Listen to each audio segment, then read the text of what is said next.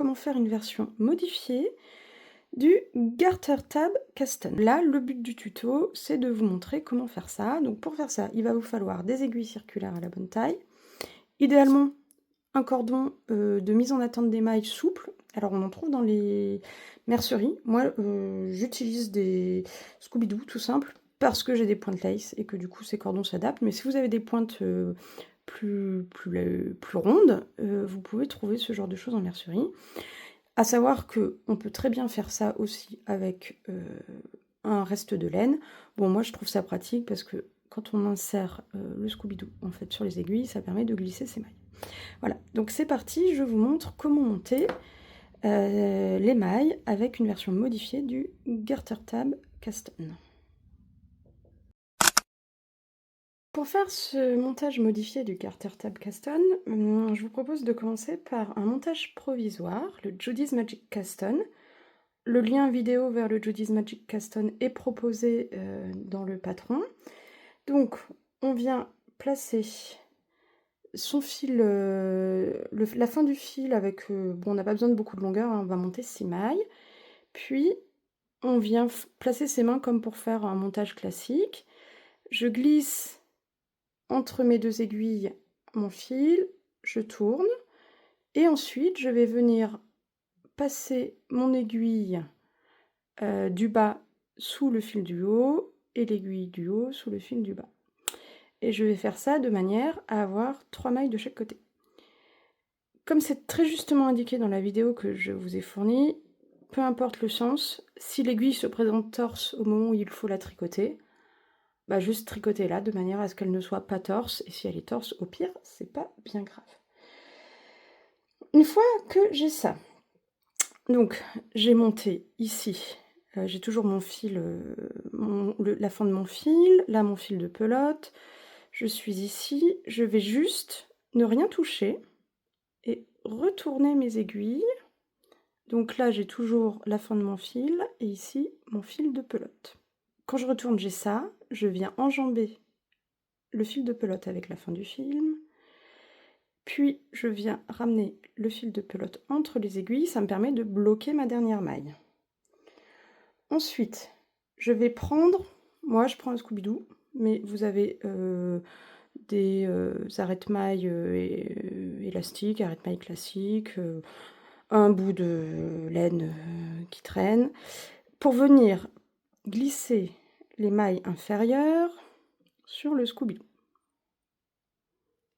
Voilà, donc une fois que j'ai fait ça, je suis exactement dans la même situation que ce que j'avais tout à l'heure. Mon fil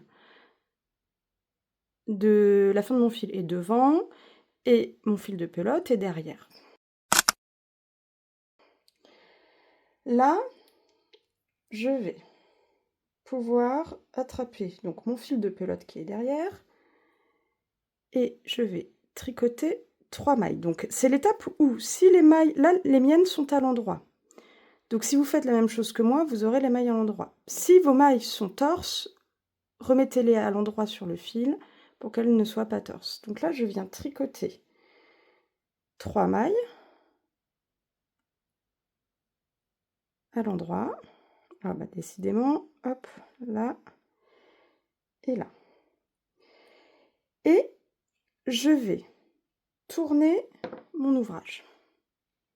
Là, le but, je vous rappelle, c'est de faire une bordure en point mousse. Hein.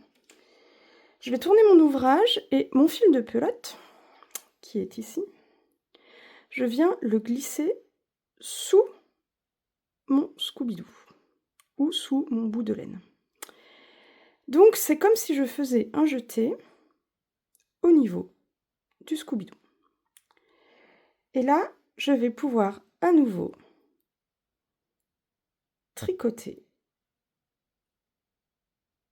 3 mailles à l'endroit.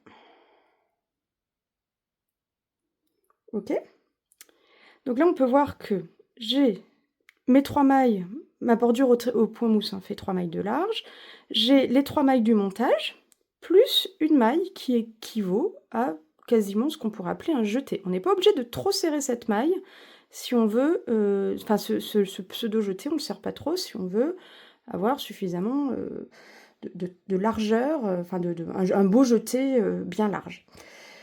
Une fois que j'ai fait ça, je retourne mon ouvrage, hein, comme pour faire du point mousse. Et là, je vais faire 3 mailles classiques à l'endroit sans me préoccuper de mon Scooby-Doo.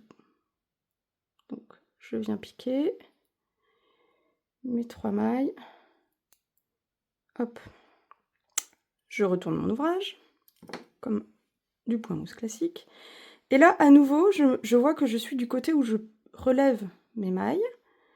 Et donc là, à nouveau, je viens enrouler mon Scooby-Doo mon fil sous mon Scooby-Doo pour faire l'équivalent d'un jeté.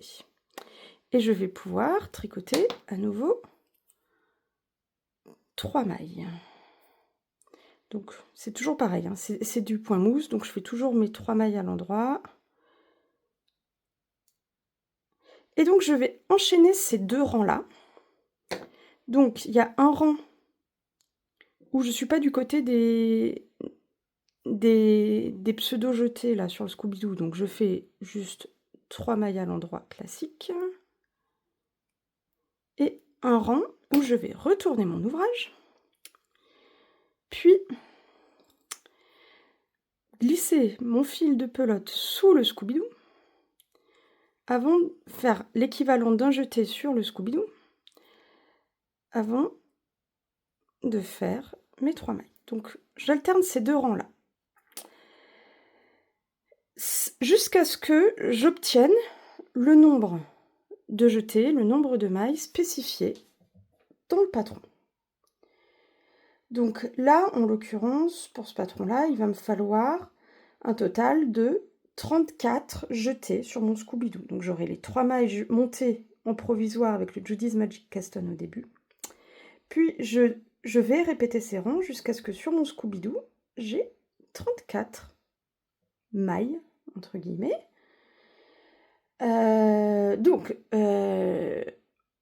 J'interromps la vidéo ici, je fais mes 34 mailles et je vous reprends pour remontrer la suite. J'ai monté, alors moi je me suis arrêtée juste, il fallait monter en tout 34 mailles, donc j'avais mes 3 mailles de départ plus 34. Moi je me suis arrêtée à 33 pour vous montrer les 2 derniers rangs. Donc le dernier rang, c'est... Je fais mon dernier jeté, donc là vous voyez mon fil est passé sous mon Scooby-Doo, je tricote. Donc ça c'est un rang en droit, je passe le fil sous le Scooby-Doo et je tricote. Non, n'importe quoi. C'était...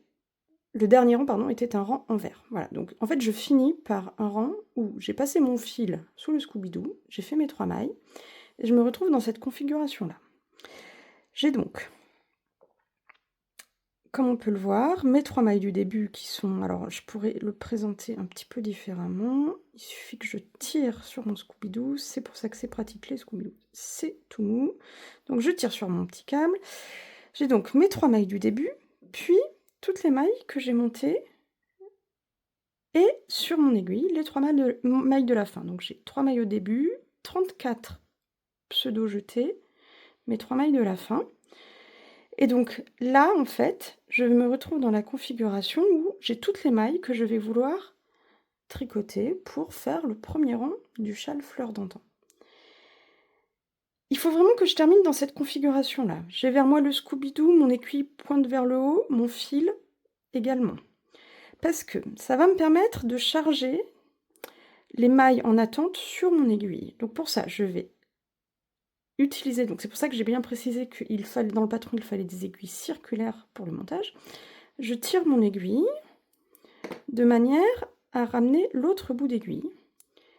Et là, c'est là où moi j'adore les Scooby-Doo. Ça marche très bien, mais après moi j'ai des pointes lace, hein, des pointes très fines sur mes yaya, donc ça rentre très bien. J'insère le Scooby-Doo sur l'aiguille. Alors, et là je vais pouvoir tirer sur mon Scooby-Doo à travers toutes mes mailles. Alors bon, hop.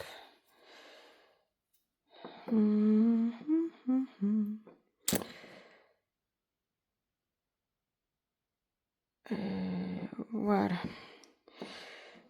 Donc je tire